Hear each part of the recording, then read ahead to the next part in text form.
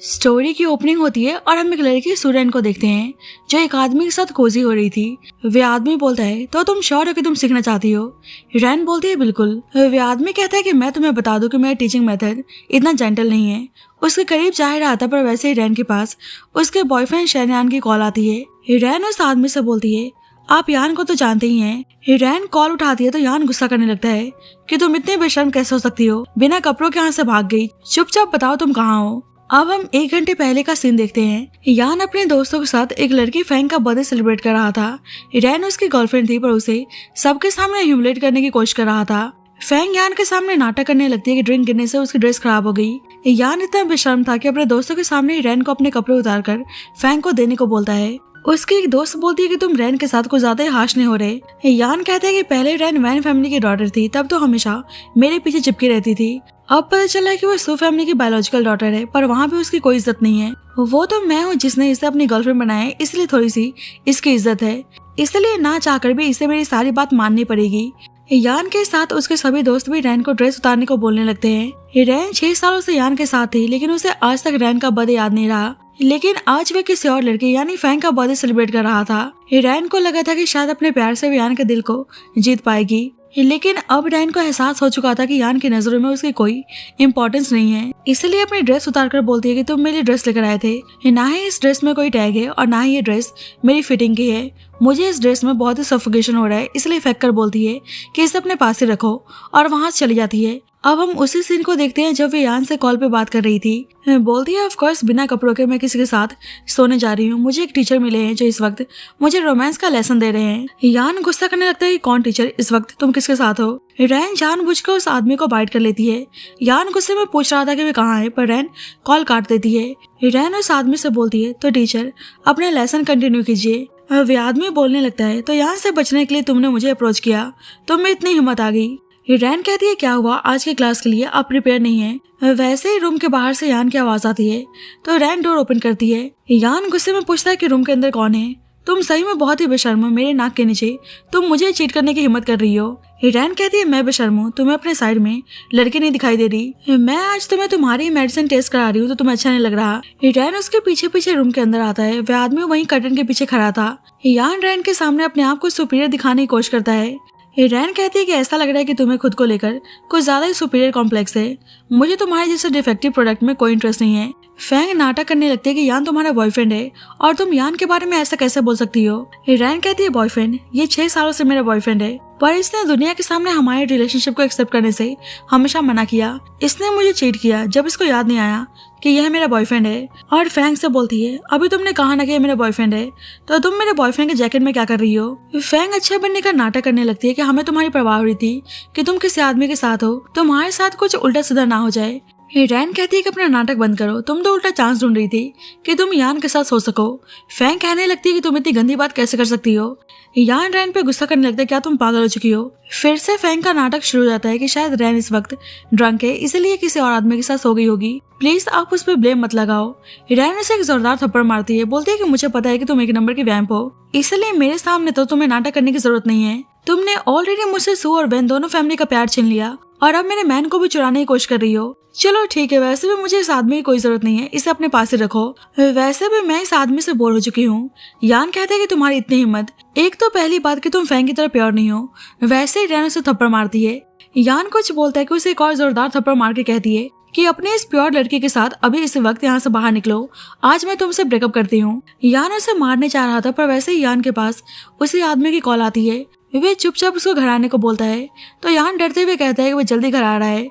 रैन से कहता है कि मैं तुम्हें बाद में देखता हूँ। जाते जाते अंदर जो आदमी था उसे वार्न करके चला जाता है।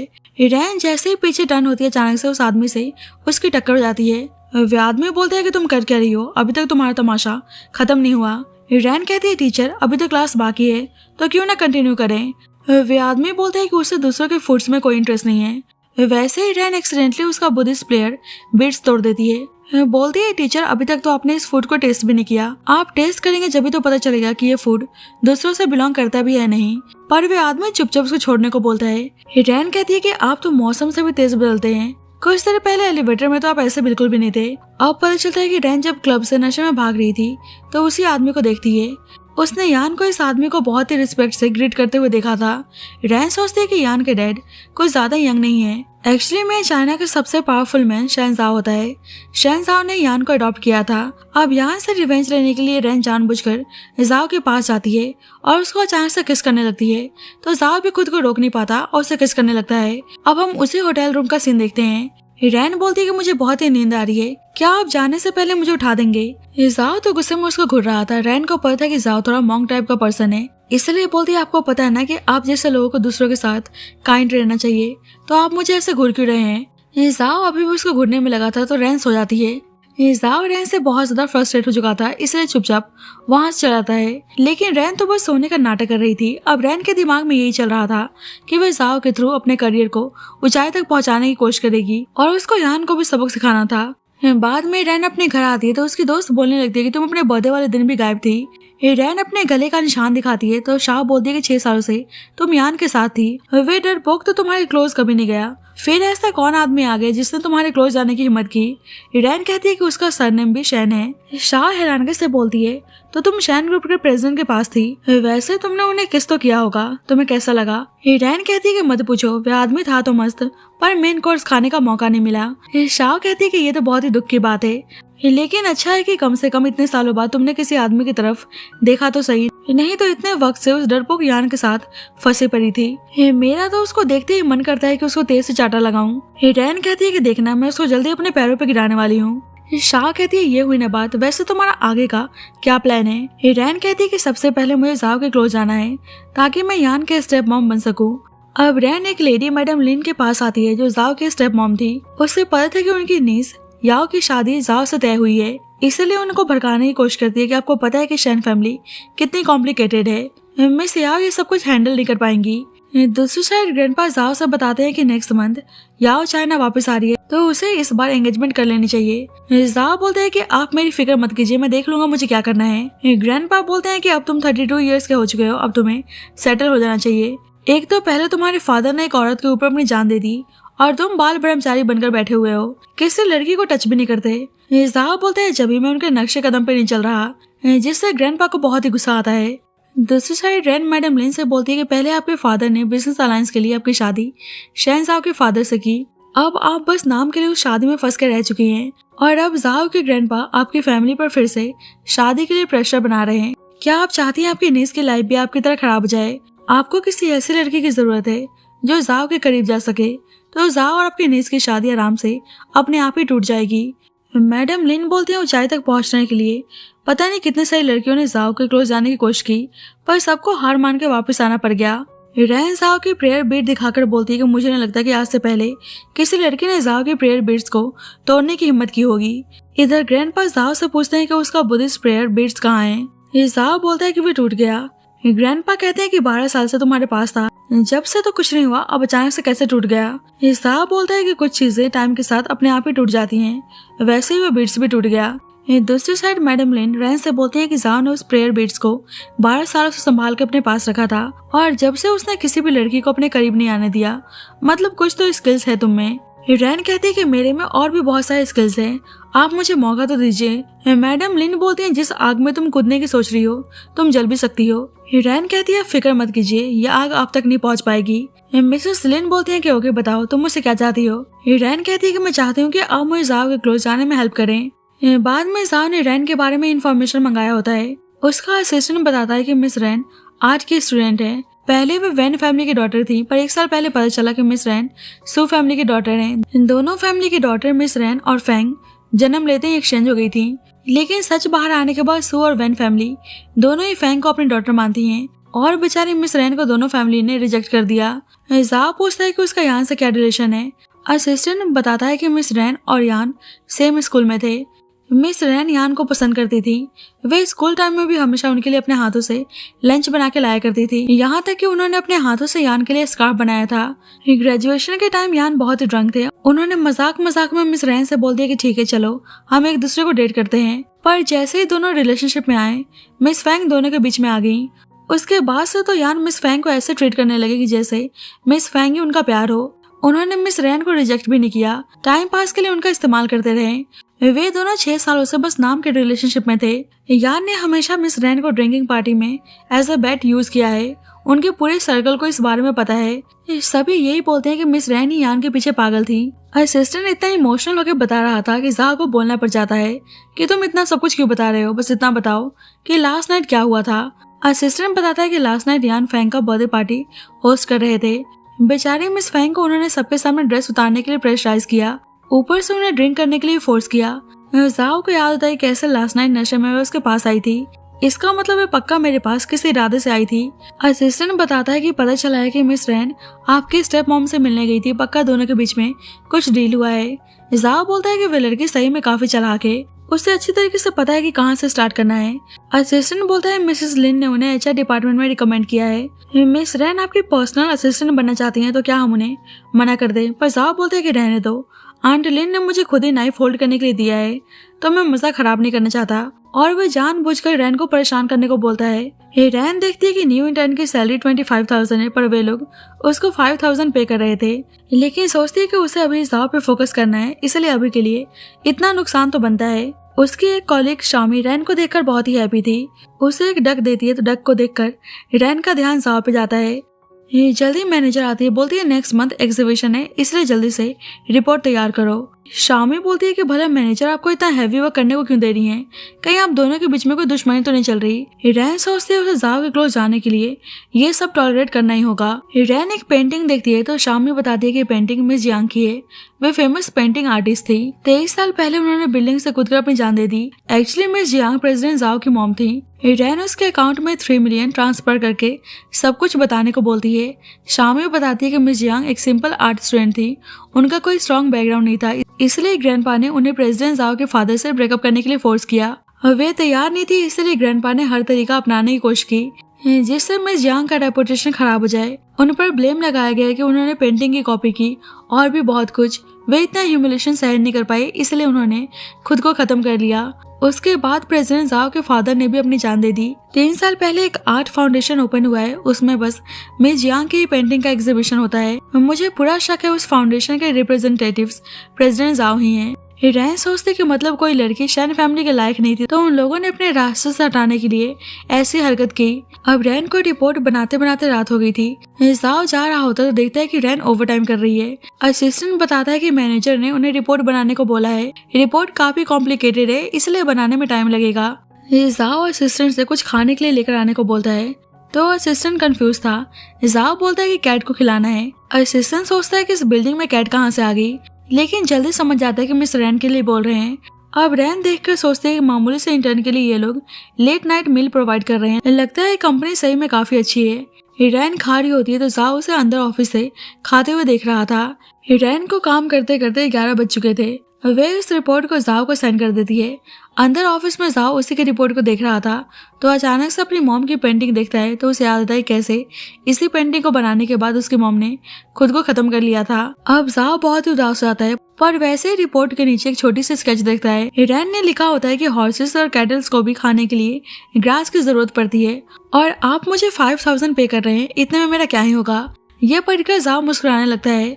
असिस्टेंट नोटिस करता है, सोचता है प्रेसिडेंट को आज मैंने पहली बार ऐसा हंसते हुए देखा है। जाव असिस्टेंट से बोलता है कि न्यू इंटर्न की बेसिक सैलरी 25,000 है, पर रैन को ओनली 5,000 ही क्यों पे किया जा रहा है। असिस्टेंट बोलता है कि आप ही ने तो उनको सबक सिखाने को बोला था। जाव बोलता है कि मैंने उसके लिए चीजें डिफिकल्ट करने के लिए बोला था, मैंने उसे भूख से मारने को थोड़ी कहा था।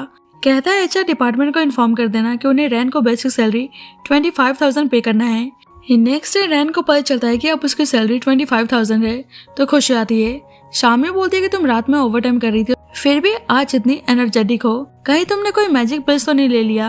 रैन कहती है ये कोई मैजिक पिल नहीं है, बल्कि कंपनी का इन्वायरमेंट अचानक से बदल चुका है, इसलिए मैं बहुत ही हैप्पी हूँ। जल्द ही मैनेजर रैन से उसे ऑफिस में आने को बोलती है। शामी कहती है कि आज मॉर्निंग में प्रेसिडेंट मैनेजर को ऑफिस में बुलाकर लेक्चर दे रहे थे, अब तो तुम मैनेजर से संभल के ही रहना। रैन आती है तो मैनेजर बोलने लगती है कि तुम एक ही दिन में अपनी सैलरी बढ़ाने में कामयाब हो गई, लगता है मैंने तुम्हें कुछ ज्यादा ही अंडर एस्टिमेट कर लिया। अब अकेले तुम्हें इस रिपोर्ट को प्रेसिडेंट जाव को एक्सप्लेन करना है। रैन खुश जाती है क्योंकि वह यही चाहती थी कि उसे जाव के करीब जाने का बस एक मौका मिल जाए। मैनेजर तो अंदर ही अंदर बहुत ही खुश हो रही थी कि अब रैन नहीं बचने वाली। उसे पता नहीं कि प्रेसिडेंट जाव कितने स्ट्रिक्ट हैं। जाओ रैन का इंतजार कर रहा था, सोचता है कि अभी तक वे आई कैसे नहीं। उसे रैन के साथ बिताए गए सारे मोमेंट्स याद आने लगते हैं। रैन जानबूझकर छुपके से फाइल लेने आती है तो जाओ उसको चोरी छुपकर देखे जा रहा था। रैन देखती है कि जाओ आ चुका है तो जानबूझकर अपने ऊपर बुक गिराने की कोशिश करती है, लेकिन जब भी जाओ आकर उसको चोट लगने से बचा लेता है। रैन कहती है क्या मुझे वर्क कंपनसेशन मिल सकता है। जाओ बोलता है कि तुम हमेशा पैसों के बारे में सोचती हो, तुम्हारे पास कुछ और बोलने के लिए नहीं है। रैन कहती है ठीक है, मैं रिपोर्ट तैयार करने जा रही हूँ, आखिरकार मुझे पर्सनली आपको एक्सप्लेन जो करना है। रैन तो जानबूझकर उसको नजरअंदाज करने की कोशिश कर रही थी ताकि वह उसके लिए और तड़पे। जाओ सोचता है आज ये वाइल्ड कैट इतने सही से बिहेव कैसे कर रही है। अब यान अपने दोस्तों के साथ पार्टी कर रहा था पर उसका बिल्कुल भी मन नहीं लग रहा था क्योंकि 1 हफ्ते हो गए थे और रैन ने उसे एक मैसेज तक नहीं किया था। यान सोचता है कि मुझे तो खुश होना चाहिए पर मुझे ऐसा अकेला फील क्यों हो रहा है। नेक्स्ट डे कंपनी आता है तो कंपनी में रैन को देखकर कंफ्यूज था कि रैन यहाँ पे क्या कर रही है। रैन सोचते है कहीं मेरा टेस्ट लेने के लिए मिस्टर जाओ ने जानबूझकर यान को इस प्रोजेक्ट में इंक्लूड तो नहीं किया, या वो चाहते हैं कि मैं यान के सामने उनके साथ फ्लर्ट करूं। मनी मन में खुश हो रही थी, लेकिन यान तो मैंग को यहाँ पे देखकर हैरान था। जल्दी जाओ आता है तो यान उसे ग्रीट करता है। रैन अपना ऑक्शन रिलेटेड प्रेजेंटेशन स्टार्ट करती है। यान पूछता है उसने पहले वाले बिजनेस प्लान को चेंज क्यों किया। रैन कहती है कि वो प्लान काफी पुराना हो चुका था, उस प्लान के चक्कर में ऑक्शन आइटम्स के प्राइस ऑलरेडी काफी ड्रॉप हो चुके थे। यान सोचता है कि मेरे बिजनेस प्लान के खिलाफ जाने की कोशिश कर रही है, इसलिए बोलता है कि तुम एक न्यू कॉमर हो, तुम में इतनी हिम्मत कहाँ से आ गई कि मेरे बिजनेस प्लान को चेंज करने जा रही हो। रैन कहती है मिस्टर जाओ से तो सभी हैरान थे। जाओ बाहर जाने को बोलता है तो यान कहने लगता है कि तुम्हें सुनाई नहीं दिया, बाहर जाओ। मैनेजर मनी मन में खुश हो रही होती है कि अब तो रैन नहीं बचने वाली, लेकिन जाओ यहाँ से बोलता है कि मैं तुम्हें बाहर जाने को बोल रहा हूँ तो सभी हैरान थे।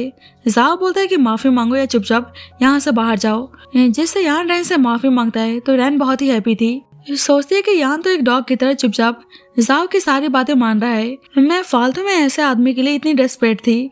जाओ को देखकर सोचती है कि मुझे लगा नहीं था कि जाओ मुझे ऐसे पब्लिकली सपोर्ट करेंगे, उसे बहुत ही अच्छा लग रहा था। जाओ बोलता है कि बिजनेस प्लान अच्छा है पर थोड़ी इम्प्रूवमेंट की जरूरत है। जाने लगता है तो रैन कहती है क्या इम्प्रूव करने में आप मुझे पर्सनली गाइड कर सकते हैं, तो सभी डर जाते हैं कि ये लड़की सही में बहुत ही बोल्ड है, खुद प्रेसिडेंट से गाइडेंस के लिए बोल रही है, अब तो प्रेसिडेंट उसको नहीं छोड़ने वाले। यान कहते हैं कि तुम तो बहुत ही शेमलेस हो, तुम एक्सपेक्ट कर रही हो कि प्रेसिडेंट जाओ तुम्हें खुद ही पर्सनली गाइड करें। जाओ सोचता है कि कल मेरे सामने अच्छा बनकर दिखा रही थी और आज मेरे लिए ट्रैप बिछाने की कोशिश कर रही है। बोलता है ठीक है मैं तुम्हारी हेल्प करने को तैयार हूँ। यान हैरान था कि प्रेसिडेंट जाओ मान भी गए, ऐसा कैसे हो सकता है। बाद में शामी बोलती है तुम तो काफी ब्रेव निकली। रैन कहती है तुम्हारी वजह से ही पॉसिबल हो पाया, आखिरकार तुमने मुझे प्रेसिडेंट जाओ से रिलेटेड सारी इन्फॉर्मेशन दी। रैन को पता चलता है कि यहाँ अकेले किसी एक एम्प्लॉय के लिए लेट नाइट मील प्रोवाइड नहीं किया जाता। रैन हैप्पी थी कि मतलब प्रेसिडेंट जाओ उसे खुद स्पेशल ट्रीट कर रहे हैं। बाद में रैन बाहर आते तो यान उसी का इंतजार कर रहा था। बोलता है तुम मुझे अनजानों की तरह ट्रीट कर रही हो, तुमने मुझे मैसेज क्यों नहीं किया। रैन कहती है मैं बिजी हूँ पैसे कमाने और करियर बनाने में, तुम पर मुझे टाइम वेस्ट करने का कोई शौक नहीं है। यान को याद आता है कैसे ह्यूमिलेट होने की वजह से उस दिन वह पार्टी में रो रही थी। उसके दोस्त बोलते हैं कि रैन रो रही है तो यान कहता है कि कोई नहीं, आज रो रही है फिर से कल चिपकने के लिए मेरे पास ही आएगी।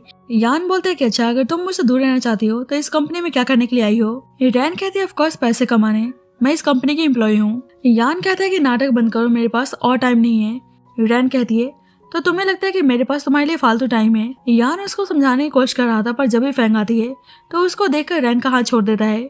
फैंग रैन से बोलती है तो तुम भी यहीं पर हो, ये तो कोइंसिडेंस हो गया, वैसे तुम में कोई टैलेंट तो है नहीं तो फिर तुम शैन ग्रुप में कैसे आ गई, तुम्हें पता है ना इतनी बड़ी कंपनी है। रैन कहती है कि तुम बकवास बंद करो, वही तुम्हारे लिए अच्छा होगा। फैंग नाटक करने लगती है कि मैं तो बस तुम्हारे भले के लिए बोल रही थी। यान कहता है कि फैंग सही बोल रही है, इस कंपनी के स्ट्रिक्ट रूल्स और रेगुलेशन है, मैं नहीं चाहता कि हमारे पर्सनल रिलेशनशिप का इफेक्ट प्रोजेक्ट पे पड़े, इसलिए चुपचाप रिजाइन दे दो। वैसे जाओ आता है, बोलता है कि तुम्हें किसने राइट दे दिया कि तुम किसी को रिजाइन देने के लिए बोल सको। यान कहता है एक्चुअली मैं नहीं चाहता कि प्रोजेक्ट पर किसी चीज का अफेक्ट पड़े। जाओ रैन से बोलता है तो आप एक्सप्लेन करना चाहेंगी।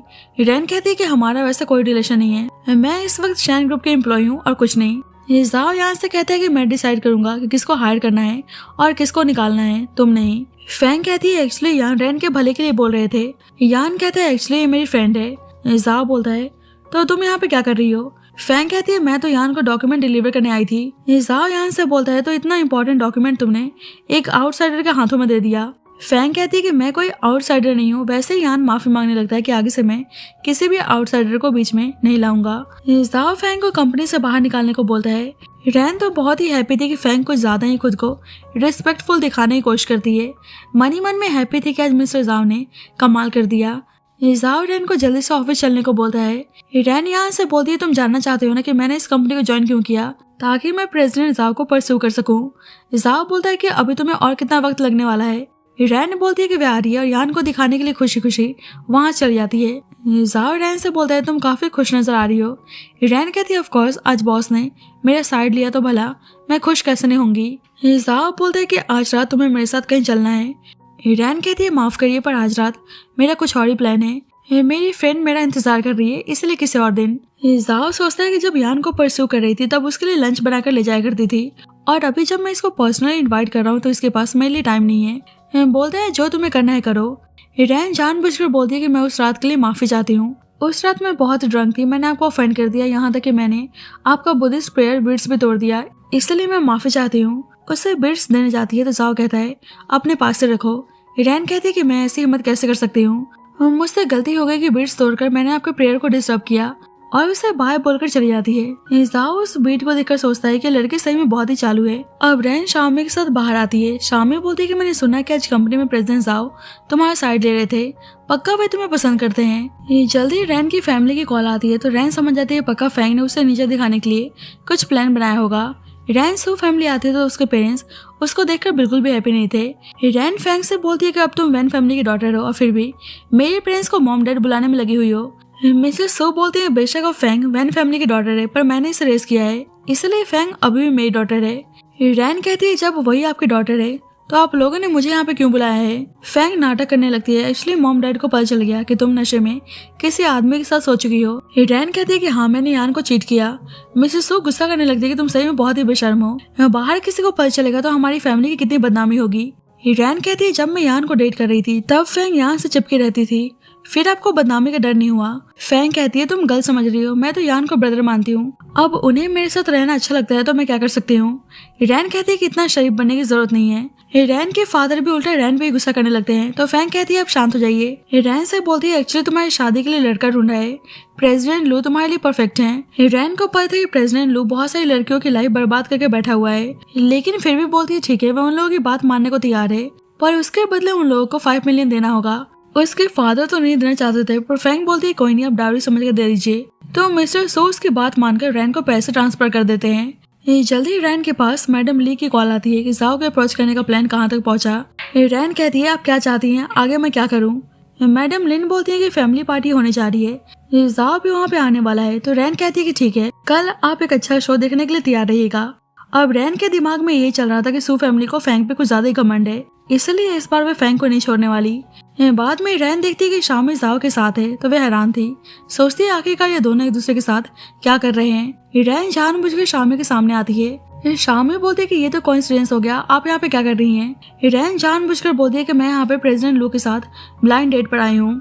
शामी बोलती है कि वह आदमी तो एक नंबर का पॉवर्ट है, ऊपर से उसकी एज 40+ है, ऐसे ओल्ड मैन के साथ डेट पे क्यों जा रही हैं। रैन कहती है मेरी फैमिली ने ब्लाइंड डेट अरेंज किया है, इसलिए मैं मना नहीं कर सकती। शामी बोलती है नहीं आप मत जाओ। रैन कहती है कोई नहीं, तो मेरी फिक्र मत करो, मैं ठीक हूँ, और उसको जानबूझकर भेज देती है।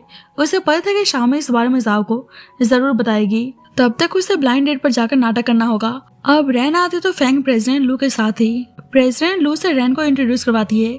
प्रेसिडेंट लू जिस तरह से रैन को देख रहा था साफ पता चल रहा था कि वह कितना बड़ा पॉवर्ट है। फैंग जानबूझकर ड्रिंक मंगवाती है और सभी ड्रिंक करने लगते हैं। रैन को नशा होने लगता है, इसलिए बोलती है उसे जाना होगा।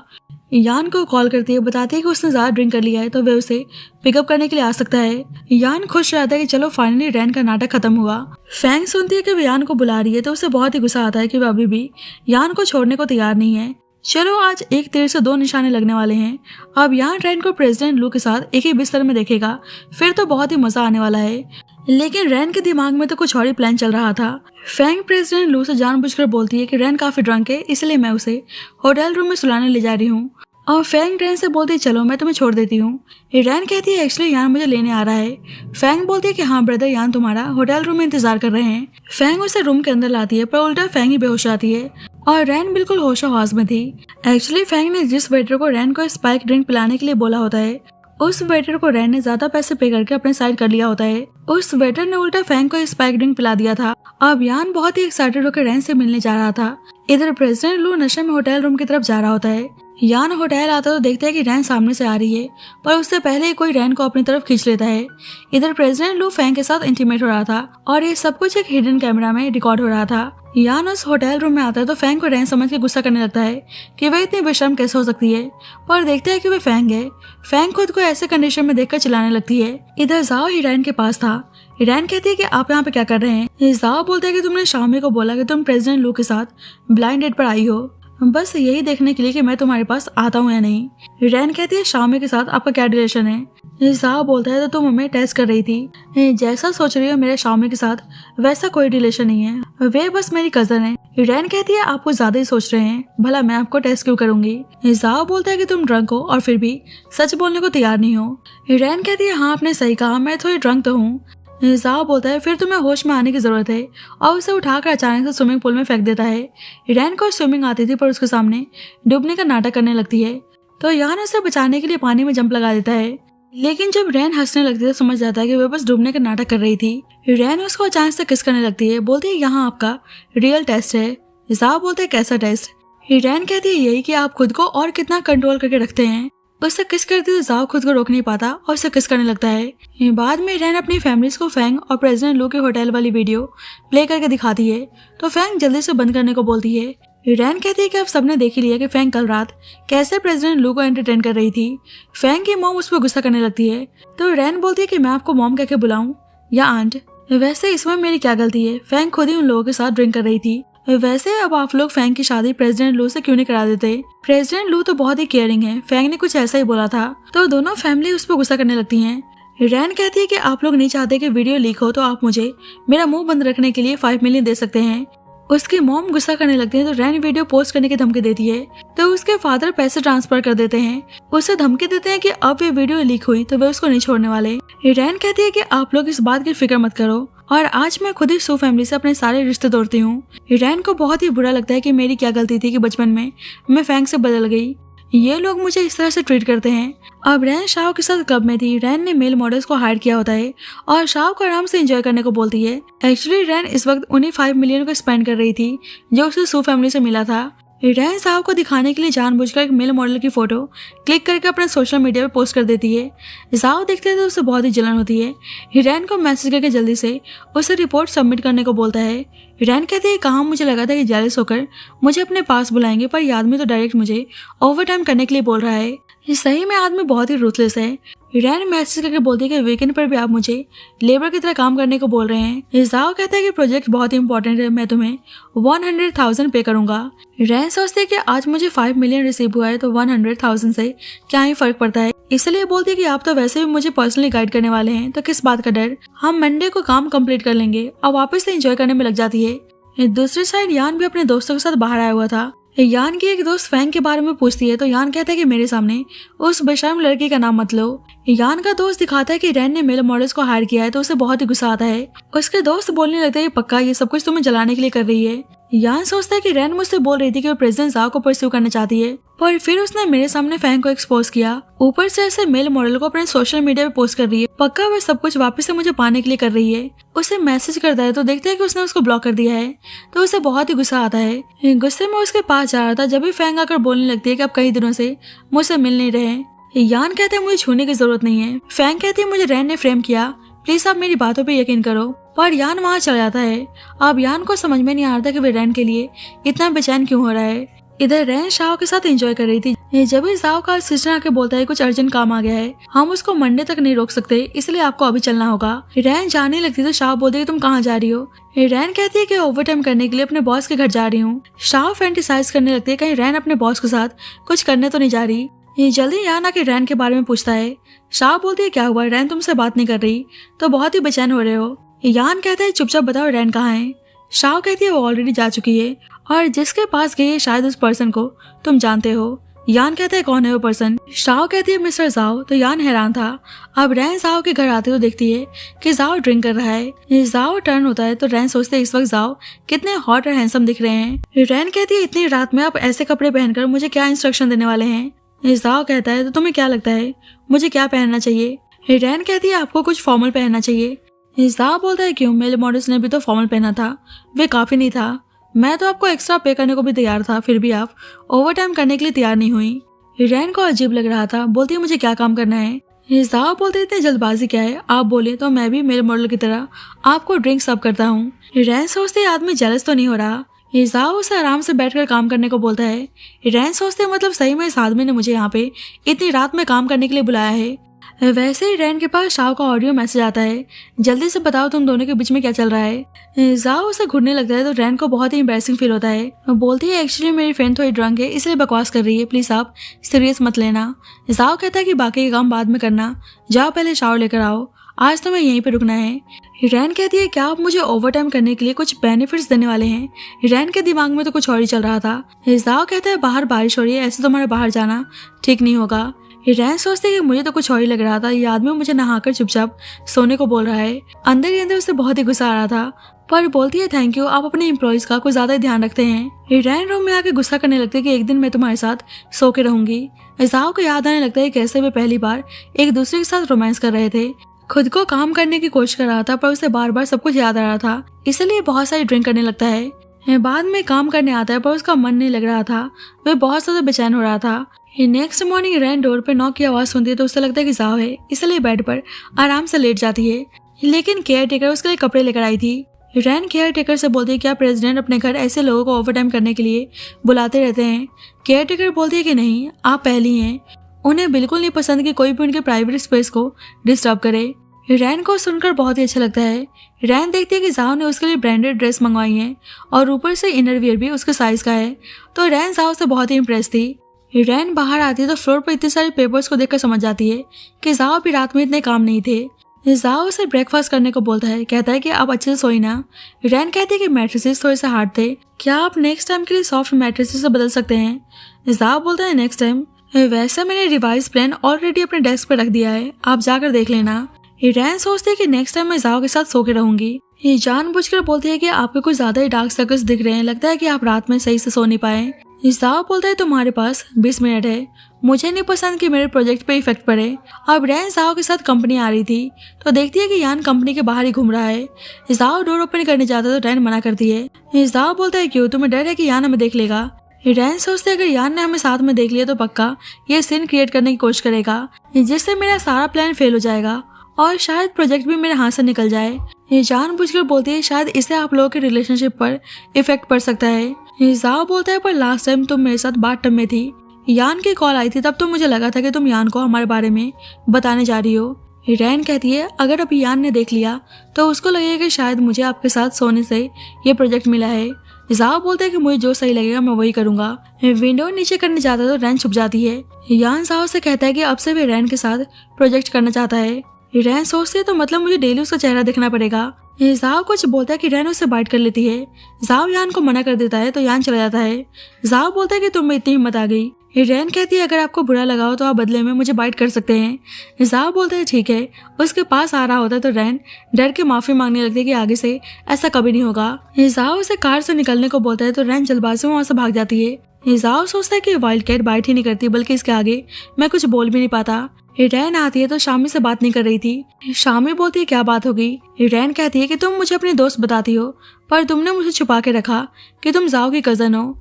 तो शामी माफी मांगने लगती है और कंपनी में इस बात को छुपा के रखने को बोलती है। रैन को पता चलता है कि यान सबके लिए केक लेकर आया है। रैन तो सब कुछ समझ रही थी इसलिए डस्टबिन में फेंक देती है। यान देख लेता है, बोलता है कि मैंगो फ्लेवर तुम्हारी फेवरेट है, मैं स्पेशली तुम्हारे लिए लेकर आया था। रैन कहती है तुम्हें 6 साल से पता नहीं चला कि मुझे मैंगो से एलर्जी है। यान कहता है ऐसे कैसे हो सकता है। उसे याद है कैसे वो फैंग को खिला रहा था तो फैंग बोलती है कि बहुत ही मीठा है, तो रैन की तरफ फेंक कर खाने को बोलता है। रैन उस वक्त यान के प्यार में इतनी पागल थी कि मैंगो से एलर्जी होने के बाद भी उस केक को खाने लगती है। आज यान को रियलाइज होता है कि एलर्जी होने के बाद भी उसके बोलने पर रैन उस केक को खा रही थी। बोलता है कि तुमने इस बारे में मुझे पहले क्यों नहीं बताया। रैन कहती है कि शायद तुम्हें भूलने की बीमारी है, मैंने तुम्हें कितनी बार बताया कि मुझे मैंगो नहीं पसंद, लेकिन तुमने मुझे कभी इंसान समझा ही कहा। रैन जाने लगती है तो उससे बात करने के लिए रोकता है, पर जब भी जाओ आता है रैन समझ जाती है कि जाओ को फर्क तो पड़ता है। जाओ यान से बार बार रैन को परेशान करने से मना करता है। यान कहता है कि मेरे और मेरी गर्लफ्रेंड के बीच की बात है, मैं नहीं चाहता कोई भी आउटसाइडर बीच में आकर इंटरफेरेंस करने की कोशिश करे। वैसे भी मैंने ग्रेट ग्रैंडपा से सुना कि आपकी फियांसे लिनियाओ एक हफ्ते में चाइना वापस आ रही है। यान को गुस्सा आता है कि रैन उसे दूर भागने की कोशिश कर रही है, इसलिए कॉल करके टीम बिल्डिंग एक्टिविटीज रखने को बोलता है। सोचता है मैं भी देखता हूँ कि तुम मुझसे कब तक भागती हो। जल्दी रैन को अपडेट मिलता है कि टीम बिल्डिंग एक्टिविटी है, तो उसे बहुत ही गुस्सा आता है कि अब उसे दोबारा से यान का चेहरा देखना पड़ेगा, इसलिए मैसेज करके मना करने जा रही होती है।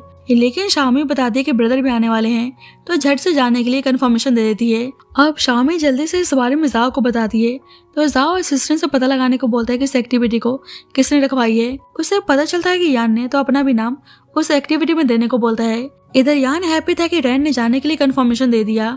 बाद में शामी रैन को आकर प्रोटेक्शन देती है, बोलती है कि ब्रदर फर्स्ट टाइम कोई एक्टिविटी अटेंड करने जा रहे हैं, पक्का तुम्हारी वजह से, इसलिए इस मौके का फुल टू फायदा उठाना। रैन बोलती है कि बिल्कुल वे तैयार है। रैन जा रही थी जब यान उसके पास आता है।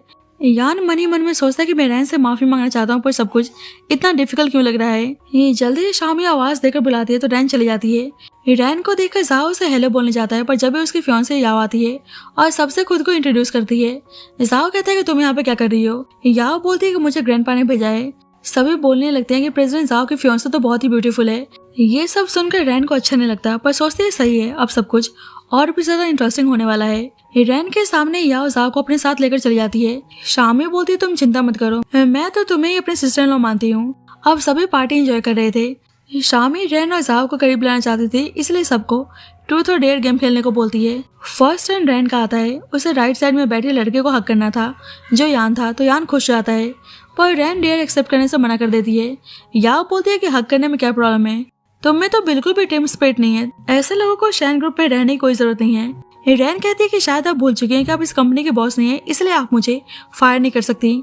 शामी बोलती है कि बस गेम ही है, इसलिए आप लोगों को सीरियस होने की जरूरत नहीं है। ओके, मैं न्यू रूल बनाती हूँ, फर्स्ट टाइम सभी अपने डेयर को रिफ्यूज करना चाहिए तो कर सकते हैं। शामी जाओ को ज्वाइन करने को बोलती है, तो यान कहता है कि मिस्टर जाओ ऐसे चाइल्डिश गेम नहीं खेलते, पर जाओ खेलने के लिए तैयार था, जिससे यान चौंक जाता है। लेकिन रैन तो बहुत ही हैप्पी थी। अब जाओ को अपने राइट साइड में बैठे लड़के को किस करना था जो रैनी थी। याओ जाओ से बोलती है कि आप फर्स्ट डेयर को रिफ्यूज कर सकते हैं। जाओ बोलता है कि मैं कोई लूजर नहीं हूँ, मैं डेयर एक्सेप्ट करने को तैयार हूँ। रैन और जाओ दोनों एक दूसरे को 10 सेकंड के लिए किस करने लगते हैं, तो यान से सब कुछ देखा नहीं जा रहा था और जल्दी जल्दी काउंटिंग करके दोनों को अलग होने को बोलता है। जल्दी जाओ के पास ग्रैंडपा का मैसेज आता है, उसे वेडिंग डेट डिस्कस करने के लिए बुला रहे थे। याओ जाओ से शादी की बात करने जाती है, तो जाओ वहाँ चला जाता है।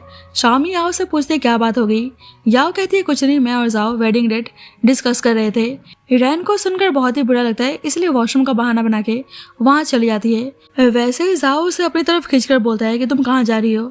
रैन कहती है आप अपनी फियांसे के सामने किसी और लड़की को किस कर रहे थे। जाओ बोलता है कि मैं तो बस डेयर कंप्लीट कर रहा था। रैन कहती है वैसे मैंने सुना कि आप मिस याओ से शादी करने जा रहे हैं। जाओ बोलता है क्या हुआ, तुम जेलस हो। रैन कहती है मैं भला जेलस क्यों होंगी, आप चाहें तो क्यों ना हम कुछ इंटरेस्टिंग करें। तो ये सुनते ही जाओ रैन को किस करने लगता है। वैसे ही यान की आवाज आती है जो रैन को ढूंढते हुए आ रहा था। रैन कहती है कि यान के सामने करना तो और भी इंटरेस्टिंग होगा, पर जाओ बोलता है कि तुम वापस जाओ, मैं इसको हैंडल करता हूँ। यान जाओ से पूछता है क्या आपने रैन को देखा है। जाओ बोलता है नहीं। रैन तो चुपके चुपके जाओ को परेशान करने में लगी हुई थी। जाओ यान को वहाँ से भेज देता है। रैन उसके पॉकेट में रूम की छोड़कर चली जाती है। इधर यान देखता है कि डॉग ने भी उसी की तरह रेड कपड़े पहने हुए हैं, तो अपना जैकेट उतारकर फेंक देता है। अब रैन ने ज्यादा ड्रिंक कर लिया था, इसलिए उसको अच्छा फील नहीं हो रहा था। जल्दी जाओ आते तो रैन सोचती है कि सही है, जाओ के साथ सोने का अच्छा मौका है। उससे किस करने लगती है तो जाओ नोटिस करता है कि उसको फीवर है। रैन कहती है अब आप ही मुझे ठीक कर सकते हैं। उसके करीब जाने की कोशिश करती है, पर जाओ उसे उठाकर बेड पे लाता है। रैन कहती है मैं बिल्कुल ठीक हूँ, मुझे आपके साथ सोना है। जाओ बोलते है चुप रहो, क्या तुमने मुझे जानवर समझ के रखा है। रैन से अचानक से प्रोटेक्शन नीचे गिर जाता है, तो जाओ बोलता है कि मतलब तुमने सब कुछ पहले से तैयारी करके रखा था, पर मैं बता दूं कि साइज काफी छोटी है, और उसे डस्टबिन में फेंक देता है। असिस्टेंट को कॉल करके जल्दी से कोई आसपास हॉस्पिटल का पता लगाने को बोलता है। उसे लेकर जा रहा था तो यान देख लेता है और उसे बहुत ही गुस्सा आता है। डॉक्टर रैन को चेक करके बताता है गैस्ट्रिक प्रॉब्लम की वजह से हाई फीवर है, इसलिए आज रात इन्हें हॉस्पिटल में स्टे करना होगा। तो रैन को सुनकर बहुत ही एम्बैरेसिंग फील होता है। रैन जाओ से कहती है कि आपको सारी रात यहाँ पे रुकने की जरूरत नहीं है। जाओ से मेडिसिन खाने को बोलता है। रैन खाने जा रही थी तो उसे अपने हाथों से खिलाता है। उसका ध्यान रखने में लगा था तो रैन पूछती है कि आपने ये सब कहाँ सीखा।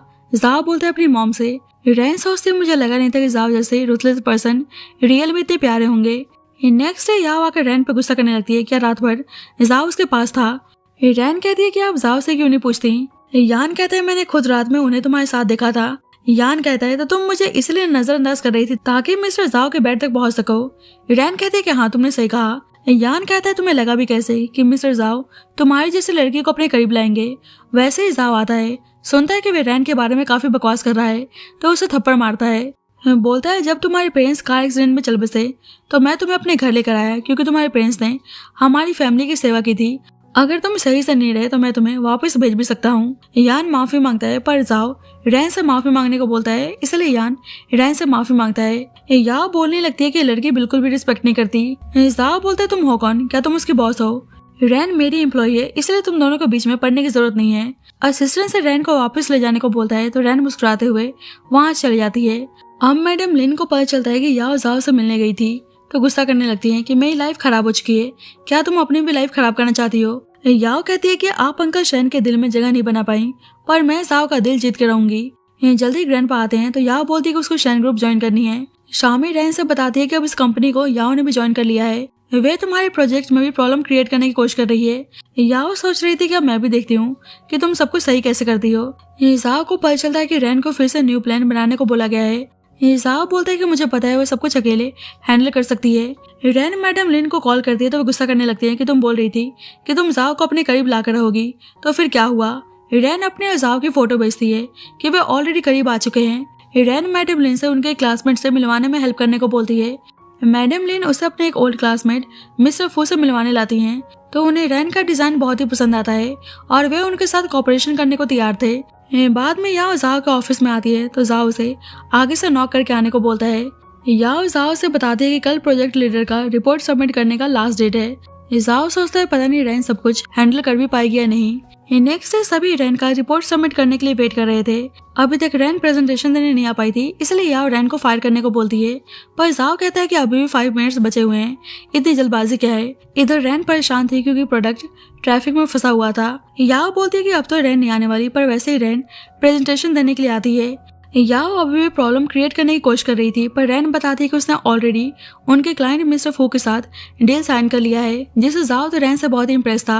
पर याओ बोलने लगती है कि तुम जैसे मामूली लड़की उनके साथ कॉन्ट्रैक्ट साइन कैसे कर सकती है। लेकिन रैन वैसे ही अपना प्रोडक्ट प्रेजेंट करती है तो सभी हैरान थे। जाओ तो इम्प्रेस होकर रैन की सैलरी बढ़ा देता है जिससे याओ को बहुत ही गुस्सा आता है पर शामी उसके लिए बहुत ही हैप्पी थी। जाओ रैन के काम से बहुत ही इम्प्रेस था, बोलता है वैसे तुमने अपने मेडिसिन खा लिया पर रैन तो काम में इतनी बिजी थी कि वह मेडिसिन खाना भूल गई थी। जाओ जल्दी से अपना सारा सामान पैक करके घर चलने को बोलता है। वैसे तो उसको रैन की फिक्र हो रही थी पर बहाना बनाता है कि आखिरकार तुम प्रोजेक्ट की लीडर हो इसलिए तुम्हारी सेफ्टी सबसे ज्यादा इम्पोर्टेंट है। उसे अपने घर लेकर आता है, उसे मेडिसिन खाने को बोलता है।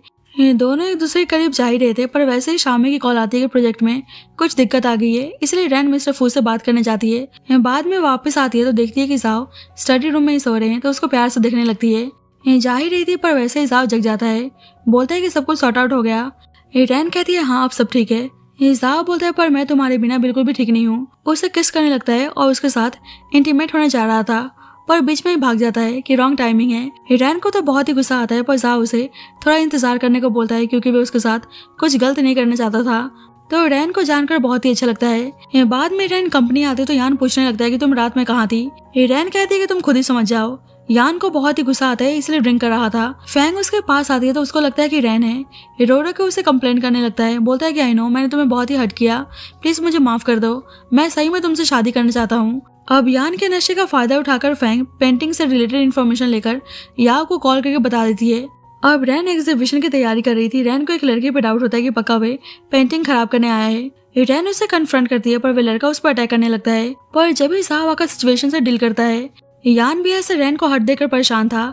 जाओ रैन को हॉस्पिटल लेकर आता है, बोलता है तुम्हें उस आदमी से फाइट करने की क्या जरूरत थी। रैन कहती है वो पेंटिंग खराब करने आया था। जाओ बोलता है कि वे पेंटिंग इतनी इंपॉर्टेंट नहीं थी। रैन कहती है मेरे लिए तुम इंपॉर्टेंट हो, वे पेंटिंग तुम्हारी मॉम की थी, मुझे तुम्हारी मॉम के बारे में सब पता है, तो भला मैं उस पेंटिंग को डिस्ट्रॉय कैसे होने दे सकती थी। तो जाओ उसको इमोशनल होकर किस करता है, बोलता है कि आगे से अपनी लाइफ को रिस्क में मत डालना, इस वक्त तुमसे ज्यादा इंपॉर्टेंट मेरे लिए कोई नहीं है। जल्दी जाओ को पता चलता है कि सबके पीछे याओ का हाथ था और उसके साथ कोई और भी मिला हुआ है। रैन कहती है कि खुद पता लगाना चाहती है, पर जाओ से आराम करने को बोलता है। रैन कहती है तो क्या आप मेरे साथ सोने को तैयार हैं। जाओ बोलता है क्या तुम्हारे दिमाग में हमेशा यही सब चलता रहता है। अब एग्जीबिशन वाले दिन रैन पेंटिंग प्रेजेंट करने आती है, तो याओ और फैंग तो हैप्पी थी कि पेंटिंग ऑलरेडी डिस्ट्रॉय हो चुका है, पर रैन जैसे ही पेंटिंग प्रेजेंट करती है तो याओ हैरान थी। जल्दी ग्रैंडपा आकर याओ और जाओ के एंगेजमेंट अनाउंस करते हैं, जिससे याओ बहुत ही हैप्पी थी। पर जाओ बोलता है कि आप एक क्रिमिनल से मेरी शादी कराना चाहते हैं। असिस्टेंट उस आदमी को लेकर आता है तो वह आदमी बता देता है कि मिस याओ ने पेंटिंग खराब करने के लिए भेजा था और मिस रैन पे अटैक करने के लिए उसको पैसे दिए थे। याओ बोलने लगती है कि रियल मास्टरमाइंड फैंग है, पर फैंग तो शरीफ बनने का नाटक करने लगती है और सू और वैन फैमिली फैंग के सपोर्ट में ही थी। याओ कहती है इसी लड़की ने मुझे यान के पास से इन्फॉर्मेशन दिया था। जल्दी प्रेसिडेंट लू आता है, फैंग से बोलता है कि पहले तुम खुद मिस रैन को फ्रेम करके मेरे बेड तक लाना चाहती थी और अब तुमने मेरे खिलाफ पुलिस को कंप्लेंट कर दिया, मैं तुम्हें नहीं छोड़ने वाला। तो यान को रियलाइज होता है कि सारा प्लान फैंग का था। याओ बोलती है तो आप लोगों ने सुन लिया। ग्रैंडपा अभी भी याओ का साइड ले रहे थे, पर रैन कहती है कि ये पेंटिंग मिसेस जाओ की मॉम का है। ग्रैंडपा बोलते हैं कि स्कैंडल के बारे में सबको पता है कि उस औरत ने पेंटिंग की कॉपी की थी, पर रैन सबको एविडेंस दिखाती है कि ग्रैंडपा ने मीडिया पर्सन को ब्राइब दिया था और उन्होंने जानबूझकर मिस यांग के रेपुटेशन को खराब किया, जिस कारण बेचारी ने खुद को खत्म कर दिया। रिपोर्टर ग्रैंडपा से क्वेश्चनिंग करने लगते हैं तो ग्रैंडपा वहां चले जाते हैं। जल्दी पुलिस आकर याओ और फैंग को अरेस्ट करके ले जाती है, जिससे जाओ रैन से बहुत ही इंप्रेस था। यान को भी अपनी गलती का एहसास हो गया था, इसलिए रैन से माफी मांगता है। जाओ को समझ में आ चुका था कि रैन सही में उसे पसंद करती है। जाओ का नेचर बिल्कुल भी रोमांटिक नहीं था, पर फिर भी उसे रोमांटिक वे में अपनी फीलिंग्स को एक्सप्रेस करता है, उसे किस करता है और दोनों एक दूसरे के साथ फाइनली इंटीमेट होते हैं। रैन कहती है वैसे टीचर जाओ आपकी टीचिंग मेथड सही में काफी स्पेशल है। जाओ कहता है कि ये तो बस शुरुआत है, आगे तो मैं तुम्हें बहुत कुछ सिखाने वाला हूँ। वैसे ही ग्रैंडपा का मैसेज आता है। ग्रैंडपा रैन को अपनी डॉटर इन लॉ एक्सेप्ट करने को तैयार थे और इसी के साथ स्टोरी की हैप्पी एंडिंग होती है। So thank you so much guys for watching this video. बाकी आपको स्टोरी कैसे लगी please let me know in the comment section and जब तक के लिए bye bye and take care.